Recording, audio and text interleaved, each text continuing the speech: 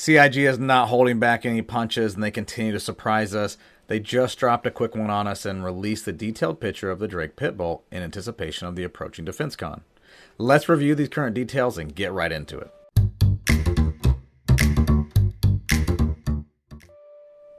Welcome, ladies and gentlemen, all those in the verse. This is your guy Zao, and we are here today to talk about the Drake Pitbull. Out of nowhere, CIG gave us a further sneak peek into the anticipated Pitbull. No. Not that Pitbull. That's Mr. 305. Nope. No. Not this Pitbull either. That's my dog. Ah, yes. This Pitbull by Drake Interplanetary. From what we can see in this ship in short review is that it can now be confirmed that this is a fighter. The ship has an overall style and feel of its sister ships in the Drake Golem series. It has one large engine and wings that are more than likely going to fold out as it gives in its appearance. The size of the singular engine appears to be quite large, but I would suspect it will be a very nimble ship. We had all had these speculations up until now about the possibility or variety of things that this ship may turn out to be, or even if it was a ship, but now we can confirm that it's a fighter. It comes with a total of 4 weapons and racks of missiles on both sides of its wings. Now, the weapons attached on the wings appear to be that of size 1s, and they are going to fold out similar to that there of a Corsair or Clipper. The bottom weapons appear to be a size 2, however, they could always come out and surprise us being a size 3, as the name gives off Pitbull, maybe something a little bit more feistier, but we'll see what CIG decides to do at the end of the day. That's the real question that's out there right now, is being considered if this is a snub or a light fighter. Star Wiki has this listed as a Pitbull being a light fighter, not a snub, and that was just a few hours ago at time of recording. But let's compare the size first of the similar style ships and overall appearance that they're of the Golem series. While the Ox and the Golem itself both have comparable sizes, the Ox has a length of 15.5 meters, a height of 5 meters, and a width of 10 meters.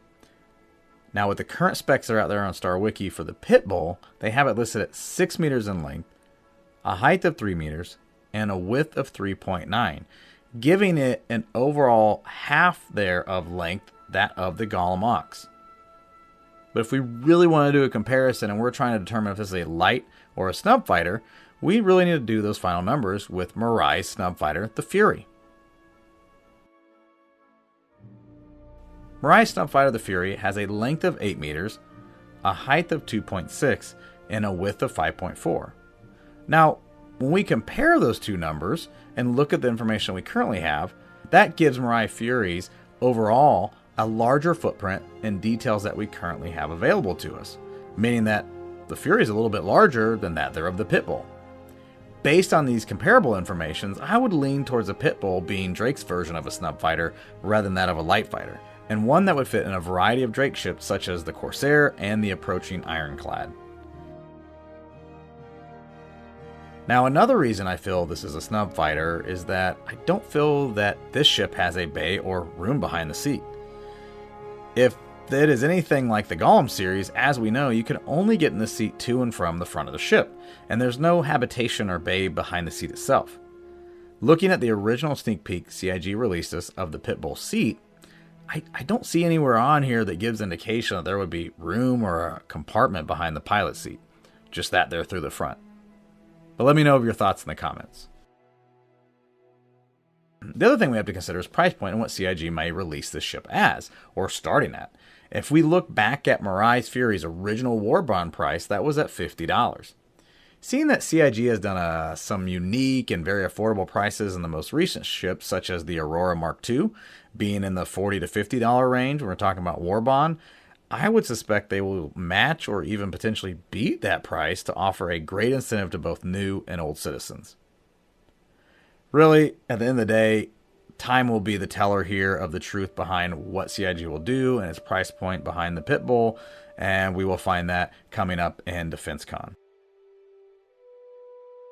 Speaking of DefenseCon, it is coming very quickly, and we are all ready to get our hands on, or at least sit in the Pitbull, on May 14th, and that is when the con will begin and appropriately kicks off with the sales of Drake Interplanetary.